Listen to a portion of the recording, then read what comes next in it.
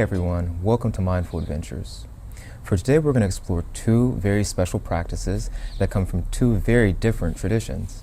And there's a saying that goes that all rivers flow into the sea. And I've truly seen and experienced this, that out of all of the paths and approaches that are out there to realize the divine essence, the pure consciousness that's in and through all things, that both of these approaches can be very effective. And so I feel that it's helpful to dive into each of these traditions together. We're just going to spend a few minutes here, a few minutes on the other one there, on both of these paths, and then go directly into the pathless path. So the first tradition to take a look at is in the Hindu tradition.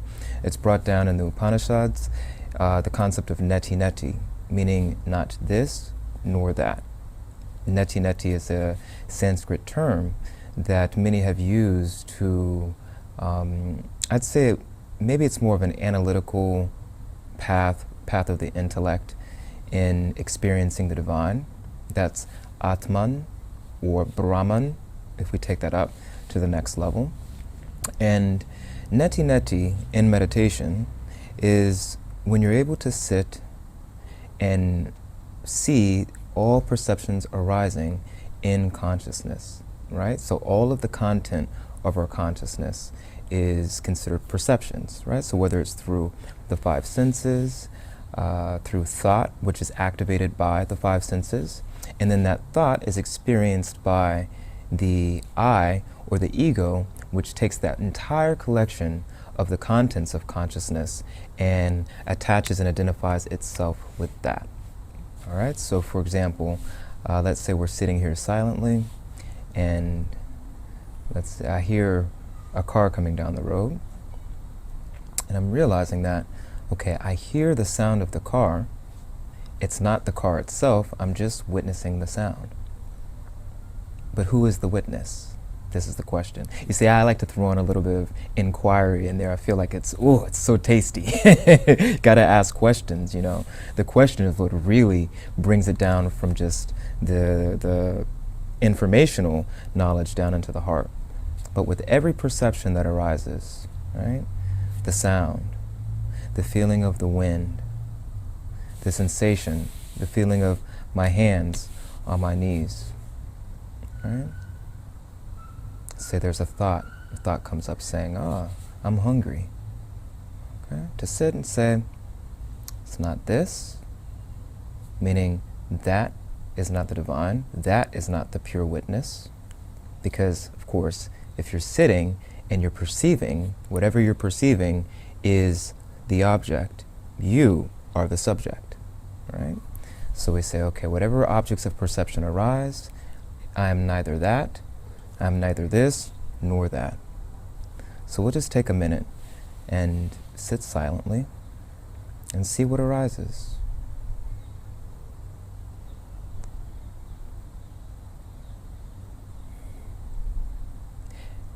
Can whatever is perceived be witnessed by a place of no perception?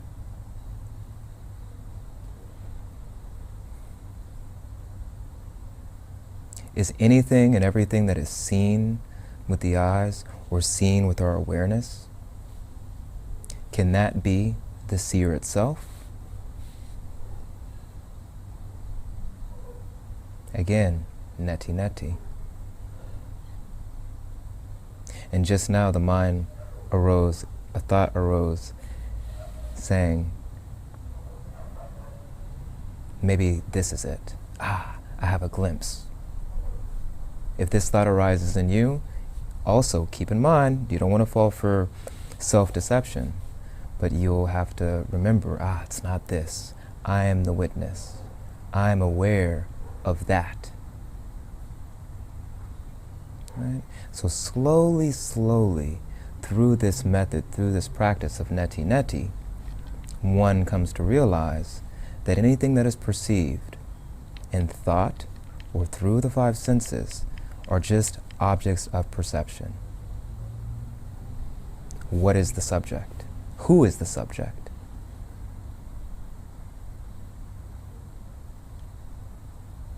And then the mind may say, I am the subject. Well, if you're perceiving the mind saying that I am the subject, then realize that that voice, the voice that's up here that doesn't have a mouth, that has no speech attached to it, that voice is still not the subject. It is the object. So then one is thrown deeper into the awareness, right, of non-attachment, not attaching to this and not attaching to that. All ideas and all thoughts, feelings, even that feeling that washes over us in meditativeness, that this feeling is also perceived. Neti-Neti. Neither this nor that.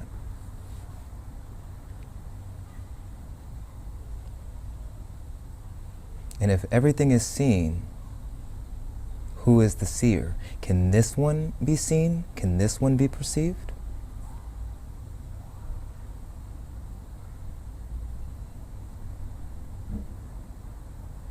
If there's an answer, then remember, Neti-Neti, neither this nor that. Now eventually through this practice one comes to see that all forms, all objects of perception are just appearances before this divine witness.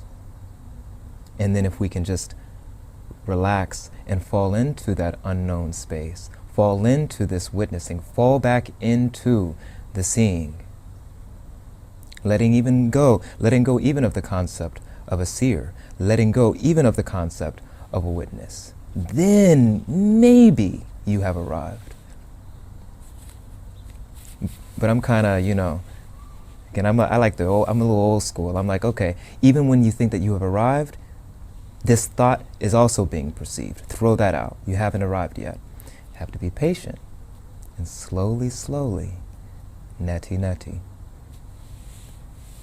So next we're going to take a look at the Jewish mystical tradition in the Kabbalah. There's a concept called Yesh. This means creation ex nihilo, meaning everything that's seen, everything that's felt, everything that's perceived and created, both in thought, imagination, or with the concrete matter that's around us, that all of these perceptions and all of these objects and all of these things come from nothing. Pure nothingness. Not to say that it's empty, absolute emptiness, but we'll just say nothing. I think emptiness has, I may digress for a minute. Don't mind me. This idea of emptiness kind of, I feel like sometimes there can be a sense of not sadness, but it's a little bit too meh, just in my opinion. It's like, what? I'm moving towards emptiness? That doesn't sound so nice. But see, that's not what is meant when, especially you find in the Buddhist tradition, speaking of this emptiness, it's not that it's actually empty, it's just devoid of any sense of self, sense of ego identification, separateness. So, but again, we'll stick with nothingness, right? Something from nothing.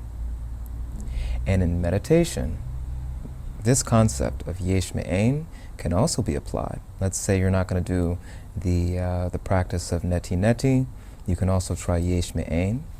So just like before, when you're sitting silently, mindfully, watchful,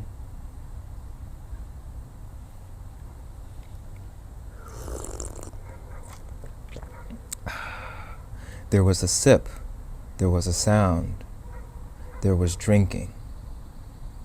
From what? Nothingness, silence.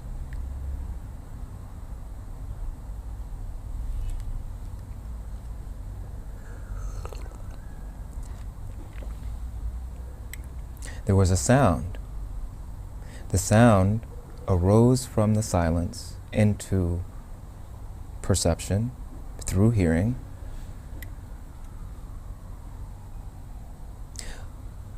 But what was there before the sound? What was there before the perception? What was there before the drink? Just the observer. Silence, emptiness, nothingness.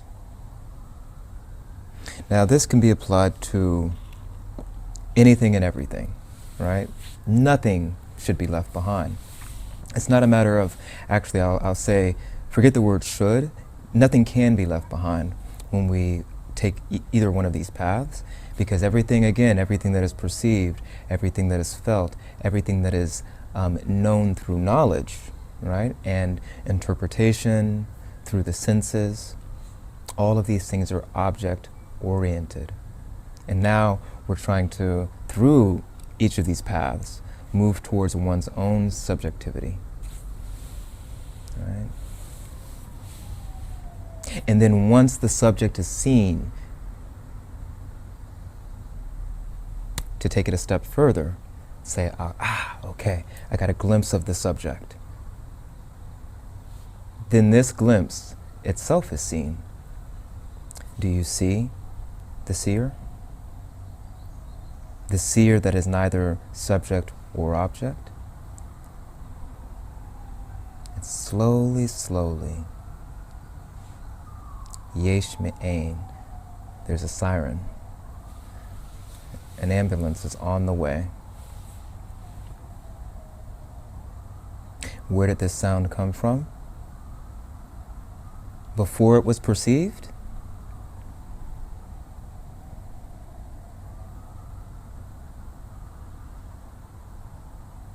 It came from something that is non-seeable, something that cannot be heard, something that cannot be felt. Yesh me'ain, something from nothingness. And so I would advise that if you're going to take either of these approaches, either Neti-Neti or Yesh me'ain, it's good to practice this first thing in the morning, right after sunrise, and also late at night. You know, let's say you're going to be working throughout the day and you only have, an hour, 30 minutes, 15 minutes at the end of the day, then to throw your total awareness into the practice. Total awareness. Now, I know that there's a lot of, people say, oh, well, how do you find time to meditate? People ask me that, like, how in the world do you find time to meditate? I said, well, I have to find time not to meditate, right? Because we have, I think it's 86,400 seconds a day, 450 or 400, something like this, 86,400 seconds a day. It only takes a millisecond to see. Can we just dedicate 600 seconds to the breath, 300 seconds to our consciousness, to allow the contents of the consciousness to be released, to allow the memory bank to declutter. That's all it takes. A millisecond. But if you're just now starting to practice, 60 seconds is okay, 600 seconds is okay, 6,000 seconds are okay, 86,000 seconds if you would like to sit under, 86,400 seconds if you want to sit under, the Bodhi tree. This is also very good, But to really give oneself permission to get to the root, to go deep into the contents, I think the other day I had mentioned that, if you want to go from being to non-being, or to get a taste of action to inaction, this is now we're getting into some of the Taoist paths, the Taoist way, that sometimes you got to dive deep into the duality in order to get a taste of non-duality. Sometimes we have to go deep into the activity of the mind to witness the activity of the contents of consciousness in order to move towards inactivity, inaction. And then once you are in the inaction and once you're in the non-being, then that too, if it is perceived, this is the last step. Once that is perceived, still inquire, still take another step. I think this is where a lot of people may experience a fear that arises, because it is, the fear of the unknown, maybe even the fear of death. I think the fear of death, the fear of the unknown, and the fear of meditation are all connected, because now we're starting to dip our toes in the seashore of this infinite space, this infinite place that has no limits, no walls, no boundaries.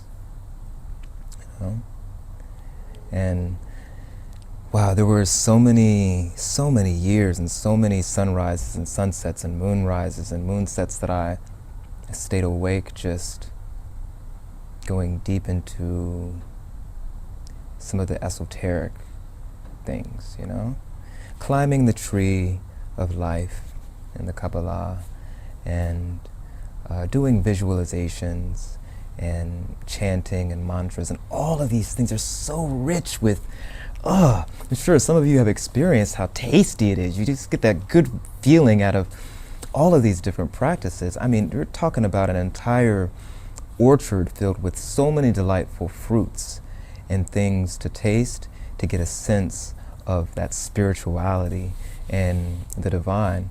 And I just want to also say again, I think I've said it before, but there's no harm in saying it again, that I'm not against any of these paths and practices at all. I've tasted, I've seen, I love it all. But now what I'm here for, what I'm here to share, is that there also comes a point where you say, it may not just be it, It may not be the thing itself. All of these things point to the truth, but you see, maybe you've experienced that it is not the end in and of itself. It is not the truth. All of these things are just pointing to the truth. So whether it's Neti-Neti, whether it's Yesh, whether it's the Kabbalah, whether it's, you're doing any type of magic, creative visualization, astral projection, all of these things, I humbly suggest that you enjoy, but also let's bring it down to the heart, right? Beyond practice, beyond abstractions, beyond just that feel-good sensation of, the spirituality of it all. Oh yes, it feels nice. But feelings also come and go. And when those feelings arise and they disappear, if we are too attached to any path, if we're too attached and we cling to any branch of the tree, then you'll just lose the entire orchard. And paradise can never be seen in the here and now for what it is. So, that went in a different direction than what I initially intended. But anyways, so those are the two different paths, two different practices that you'll find in each tradition, and they're very effective. Now there's also the pathless path, right? Just to stop. Just stop and just see, here, right now, what is here. In this path, I understand that it can be a little bit too direct, because it may end up alerting you to the fact that there is futility in clinging to anything and everything that can be perceived. Just the futility of it, right? To sit with one's own nakedness, nothingness, silence. Ooh, what vulnerability that is. And it's scary sometimes too, but see, that fear of death, that fear of the unknown, the fear of really diving into that beyond knowledge, beyond information, beyond the abstractions that we get a sense of knowing from, that all has to be thrown in the fire of awareness. And so then we arrive at inquiry, self-inquiry. Neither this nor that just ask. Stop and inquire with oneself, what is here now? Who am I, this seer? What do I see when I ask myself this question? And one can also find that through the pathlessness and stopping and witnessing that which is, that you'll end up at the exact same the exact same place. I wouldn't say, well, maybe not the exact same place. It's really all just one place. So, no same, it's just place. It is. The isness, the suchness, the timelessness, the nameless, the formless. No matter which words can be said or used, the words are just pointers. It's not the thing itself. I would even go as far as saying that whatever you hear me speaking, don't take that as it, because it's only from the wordless state, right? Once you reach the wordless, then, okay, consciousness.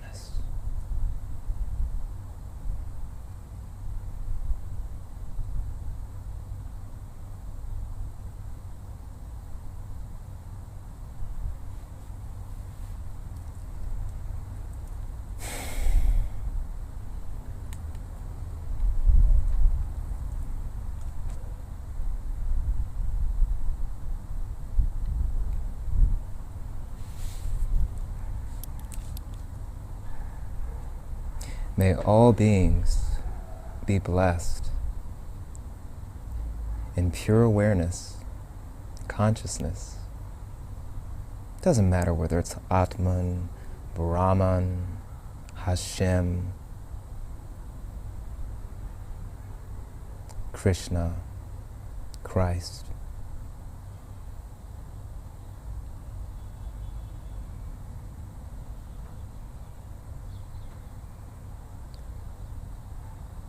May all beings know isness directly. Namaste.